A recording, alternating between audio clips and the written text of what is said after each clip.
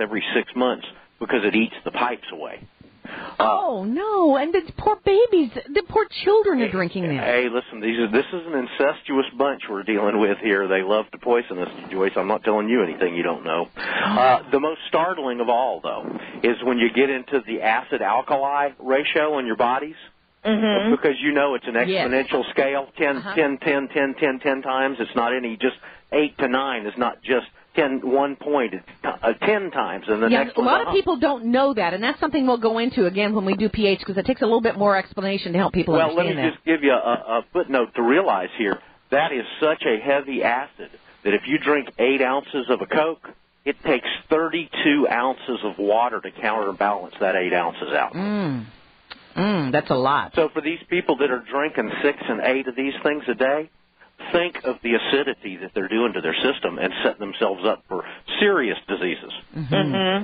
Yes, and I tell this story all the time, but we have one of the transplant coordinators that I worked with that drank and was proud of the fact that he had 3 liters per day of diet soda, and was so proud of how he could tell people how he had altered his pH of his urine to such an extent because of the diet sodas. I mean, we thought that was a cool thing to show everybody, some fun trick or something. He was proud of this? Oh, yeah. I mean, this is stupidity. Thank you very much. I appreciate the phone call. We're getting all kinds of reasons not to drink soda here.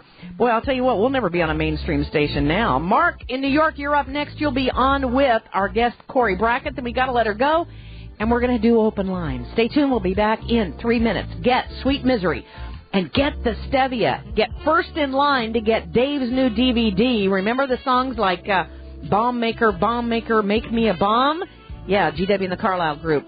800-259-9231. We'll be right back.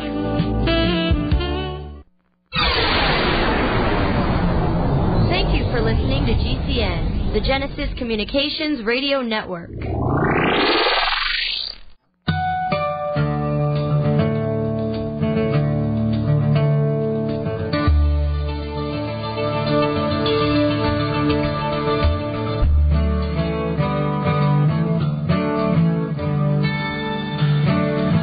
Welcome back to Power Hour. We got a lot of callers here. Cori, can you stay with us a little bit longer? Oh, sure, absolutely. I'm happy to.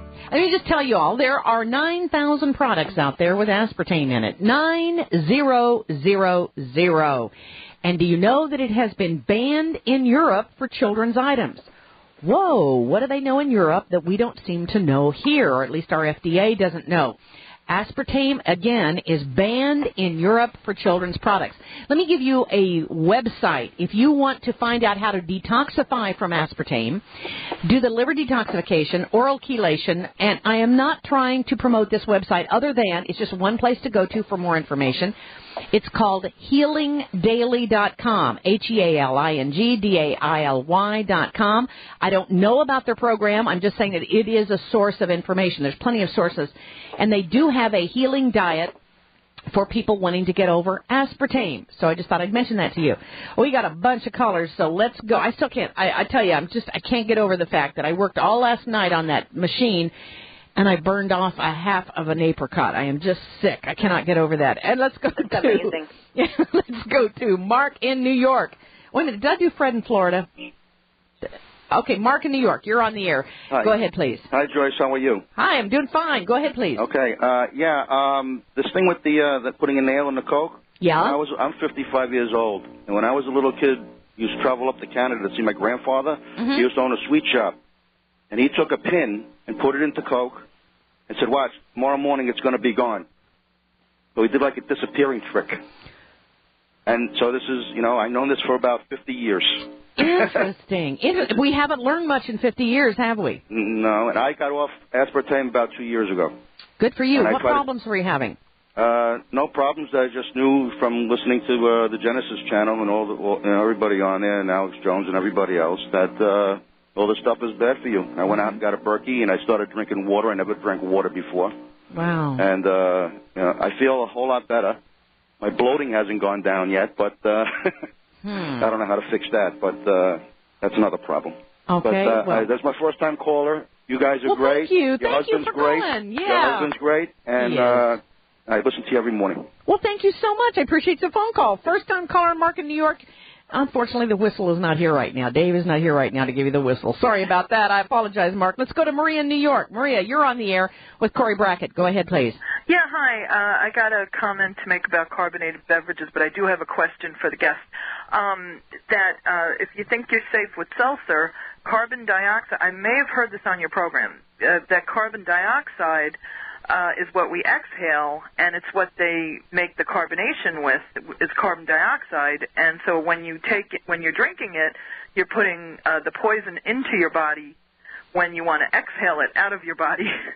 And the other thing is, I just had a question about, diabetes, type 2 diabetes related to the NutraSweet, that if the guest could explain a little bit more how it causes the type 2 diabetes, and then could we say that aspartame could also cause heart disease in the long run, because if when you get diabetes, you are very prone to heart disease. Well, again, and I thank you very much for the phone call, Maria. Since we don't give any medical advice here, this is for your educational and entertainment purposes only. Do you know anything, Cori, about the correlation between type 2 diabetes, which is non-insulin dependent diabetes, and aspartame?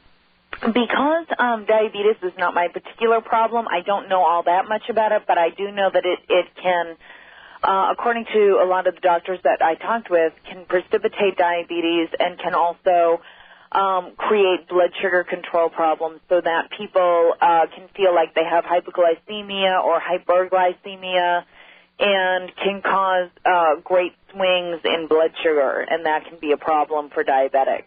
Okay. As far as rapid heartbeat goes, I know personally I had problems with a rapid heartbeat, and I also spoke with somebody recently who said that their heartbeat was something crazy, like 180 or something, while she was on aspartame products. And when she got off of it, eventually she got a lot better, and her heartbeat went back to normal. My own heartbeat has gone back to like 60 or 70 since then, and has really, it has taken a while, but it's gotten really a lot better. Well, let me ask you this. The doctor that was on there that, last name began with a B. Blaylock? No. Bowen? I think it was Bowen, who had said that he ended up with a massive myocardial problem. He had been running 2 miles a day, and then all of a sudden he had this massive heart problem. There are things like that can take place, because if you're sensitive to this and it just hits you in the wrong place, or you have a propensity for this, obviously you can see cardiac problems as a result of it.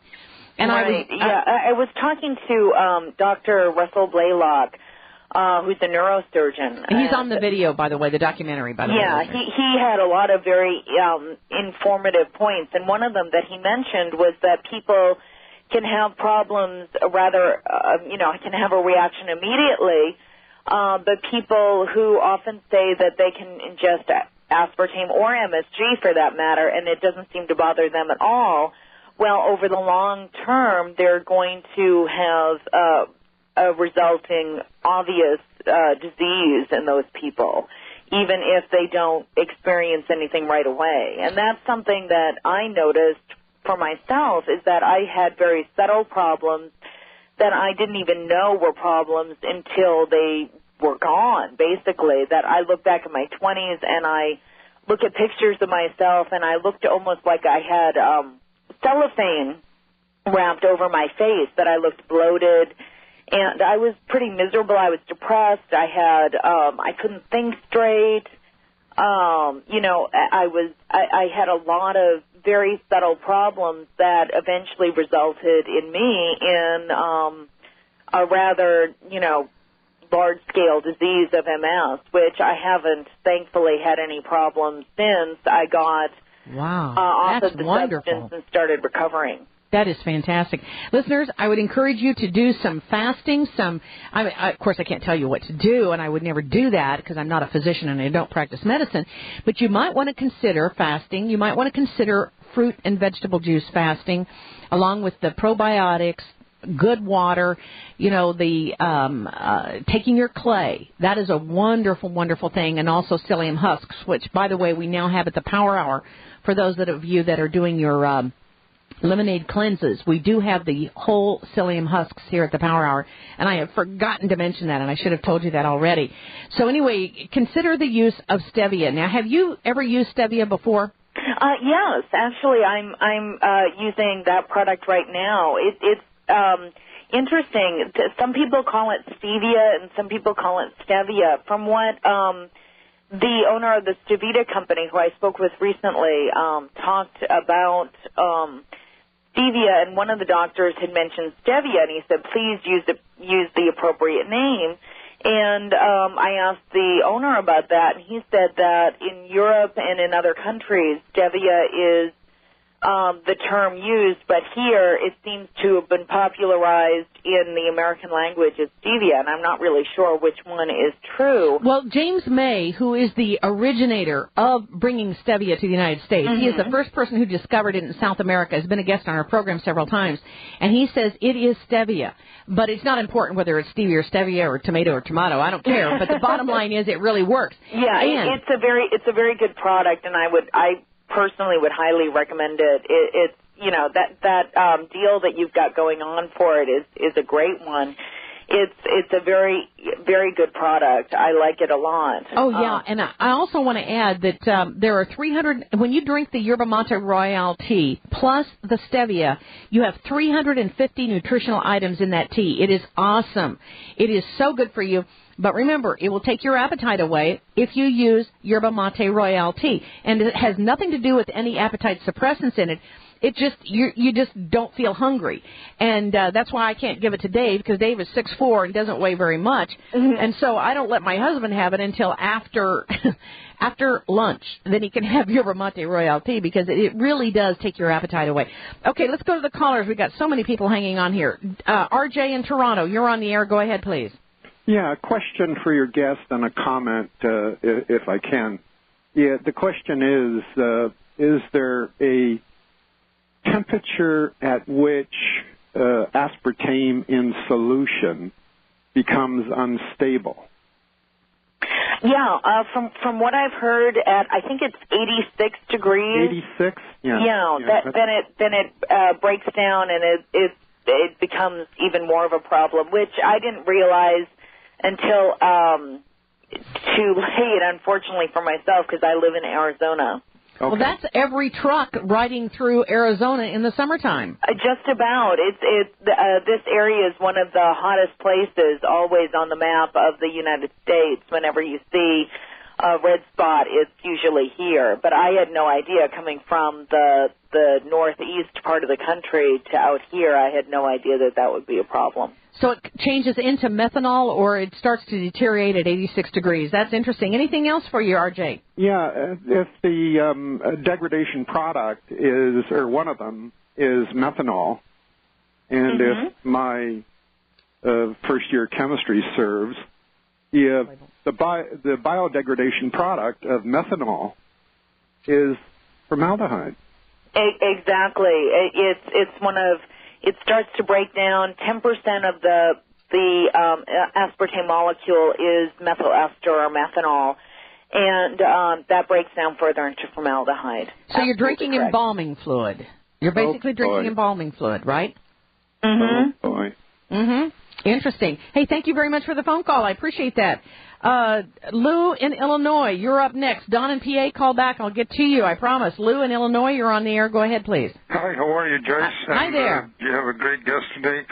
I'd like to talk to you about what happened to my daughter-in-law.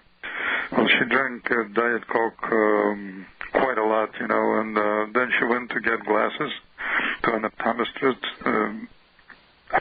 and he noticed that she had high pressure on the eyeball, one of them more than the other, and so he sent her to ophthalmologist, and ophthalmologist told her that she has borderline glaucoma, and she's 30 years old. And after that, I heard about it. I said, stop drinking this junk.